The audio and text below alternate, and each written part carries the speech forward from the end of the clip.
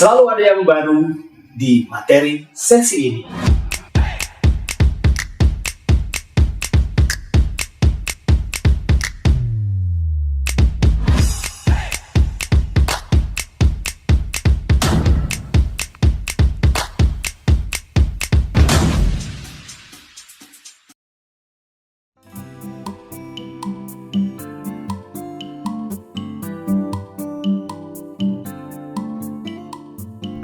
Jadi tadi bagaimana kita pemilihan medianya ya. Media itu juga penting, apakah media sosial, apakah medianya cetak ataupun media elektronik, itu sangat menentukan. Kemudian dari anggaran, budget, itu juga menentukan juga ya teman-teman. Jadi tidak hanya sekedar pemilihan segmentasinya, kemudian medianya, tapi budgetnya gitu loh. Ketika kita budgetnya besar misalnya, seperti apa sih kita mau promosinya? Nah, kalau ketika budgetnya pas-pasan misalnya, promosi seperti apa jenisnya yang tentunya akan kita gunakan? Apakah full dengan berbagai media ataukah dengan media tertentu saja yang dianggap paling efisien? Nah, ini juga perlu ya, akhirnya menjadikan desain itu satu kesatuan itu menjadi runtutan yang saling mendukung ya, saling mendukung.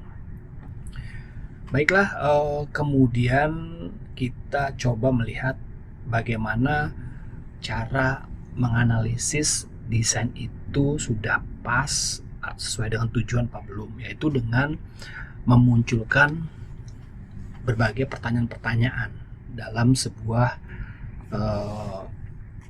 catatan kita ya, pertanyaan-pertanyaan itu. Misalnya, kira-kira siapa yang mau melihat desain ini?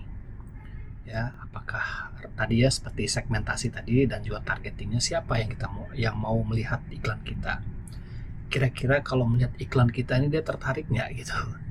Atau bahasanya tuh cocok nggak dengan lingkungan mereka?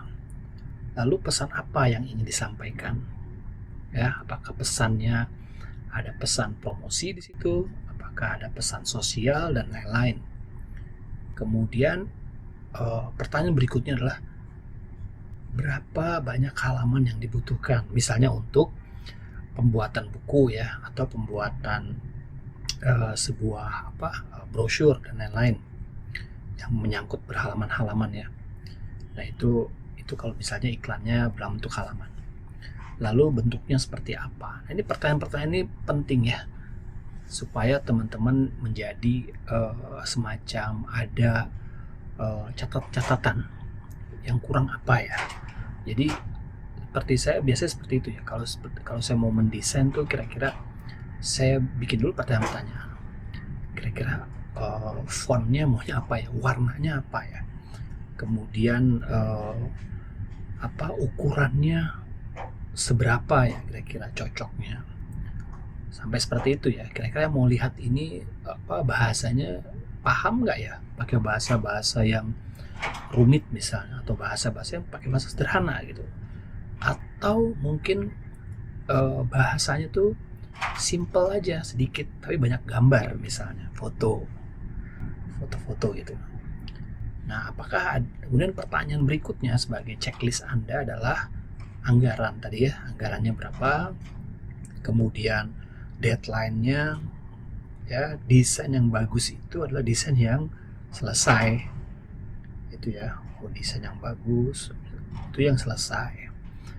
Misalnya ada bercandaan gitu sama teman-teman saya ya, waktu kuliah dulu, skripsi yang bagus adalah skripsi yang selesai, bukan skripsi yang penelitiannya di mana, pendalamannya seperti apa. Skripsi yang bagus atau tesis yang bagus itulah yang selesai.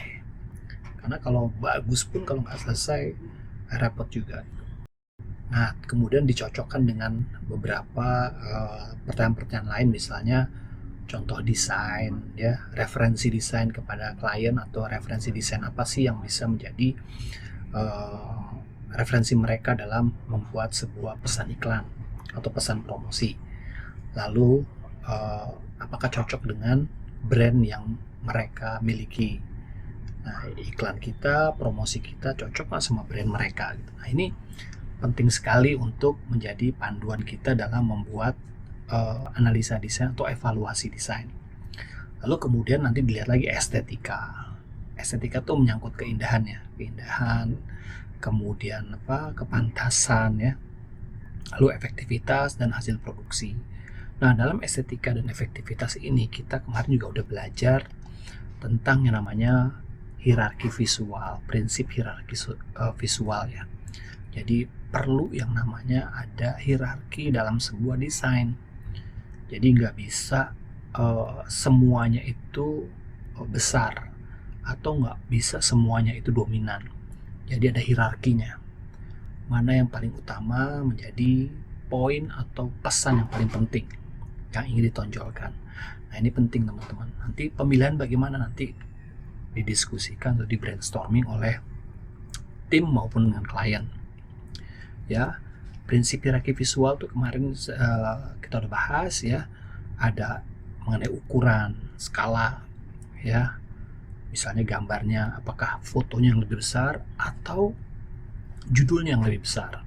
Nah, tergantung nanti Anda menempatkannya seperti apa, dan ini perlu latihan.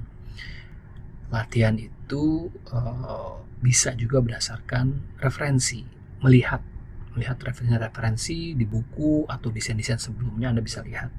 Ya, tapi Anda tahu namanya hierarki, prinsip hierarki visual itu seperti apa.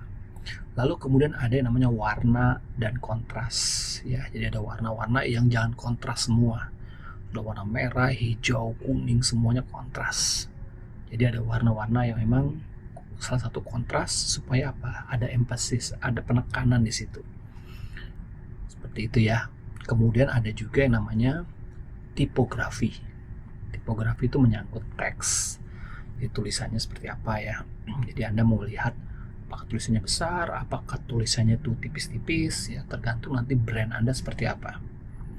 Kalau brandnya misalnya brand untuk pria gitu kan, untuk motor, untuk fitness, itu biasanya tulisan tuh lebih tebal-tebal ya kalau untuk pria ya. Kalau untuk shampoo misalnya untuk kecantikan, itu biasanya fontnya tuh lebih tipis-tipis. Nah, jadi kita harus tahu dulu ya karakter dari font itu seperti apa. Jadi dibilang gampang ya gampang, dibilang rumit ya lumayan ya. Tapi ini seiring dengan jalan kita belajar dan latihan nanti bisa. Kemudian adalah negative space atau white space. Perlu yang namanya negative space atau white space itu dalam sebuah desain. Ya, kalau kita lihat itu ruang kosong itu bukan berarti sengaja dikosongin gitu kan, atau karena nggak ada ide gitu. Tapi ruang kosong itu justru sebuah gagasan, sebuah desain agar fokus visual kita pada hal tertentu. Ya, kalau kita padat semua, kita nggak ada fokusnya, akhirnya pesan yang akan kita sampaikan itu akan sulit terbaca. Seperti itu. Nanti ada contoh-contohnya yang Anda bisa lihat. Kemudian berikutnya yang kelima adalah pola membaca ya. Nah, kalau Anda bikin iklan di Arab sama di Indonesia mungkin beda ya. Kan kalau Arab kan dibaca dari kiri ke kanan gitu kan. Dari kanan ke kiri. Maaf. Dari kanan ke kiri gitu kan. Kalau dari kita kan kiri ke kanan ya. Atau dari atas ke bawah misalnya. Nah, ini tergantung nanti kita mau seperti apa membuat desainnya. Harus ada konsep pemikiran seperti itu. Berikutnya adalah kedekatan, proximity ya, kedekatan artinya satu sama lain itu harus punya relasi, harus ada hubungan antara gambar, logo, gedung, font, itu satu kesatuan. Biasanya seperti itu ya, sehingga kita bisa melihat bahwa ini adalah satu kesatuan desain. Nah, kemudian ada rule of third. Nah, ini istilah dalam fotografi, dalam istilah videografi, ini ada ya rule of third. Jadi kita menempatkan posisi gambar atau posisi teks, posisi logo dan lain-lain itu ada di antara ketiga itu dia. Biasanya taruh di sisi kanan, sudut kanan yang agak turun dikit. Nah, itu rule of third. Ini ada contohnya ya, rule of third. prinsip hierarki desain. Jadi nggak harus semua di tengah atau semua di pinggir, tapi ada rule of third-nya. Jadi kita bisa pakai. Nah, prinsip-prinsip hierarki ini bisa melihat atau kita bisa menilai sebuah desain itu cocok, pas atau tidak. Selebihnya apa? Pesan yang disampaikan. Tadi setelah kita tahu siapa penggunanya, siapa yang baca, budgetnya berapa, ya, segmentasinya, targetnya. Setelah itu clear, baru kita lihat estetikanya. Baru kita lihat lagi hierarki, prinsip hierarki visualnya cocok nggak gitu kan, pas nggak gitu. Nah, ini kadang-kadang memang untuk awal-awal mendesain kita masih belum aware dengan yang namanya analisa ini. Nah, teman-teman yang nanti akan berkecimpung di dunia bisnis ataupun nanti bekerja di corporate tapi membuat sebuah desain, ini perlu diperhatikan sehingga kita memiliki awareness tentang desain. Seperti itu. Demikian kuliah kita hari ini tentang bagaimana kita melihat sebuah desain, menganalisa, dan juga memberikan penilaian terhadap desain yang kita akan buat sebelum kita tayangkan. Semoga ini bermanfaat, semoga ini menjadi skill kita di masa mendatang untuk menjadi kreatif designer yang lebih efektif. Demikian kuliah hari ini, sampai bertemu di kuliah mendatang. Sampai jumpa.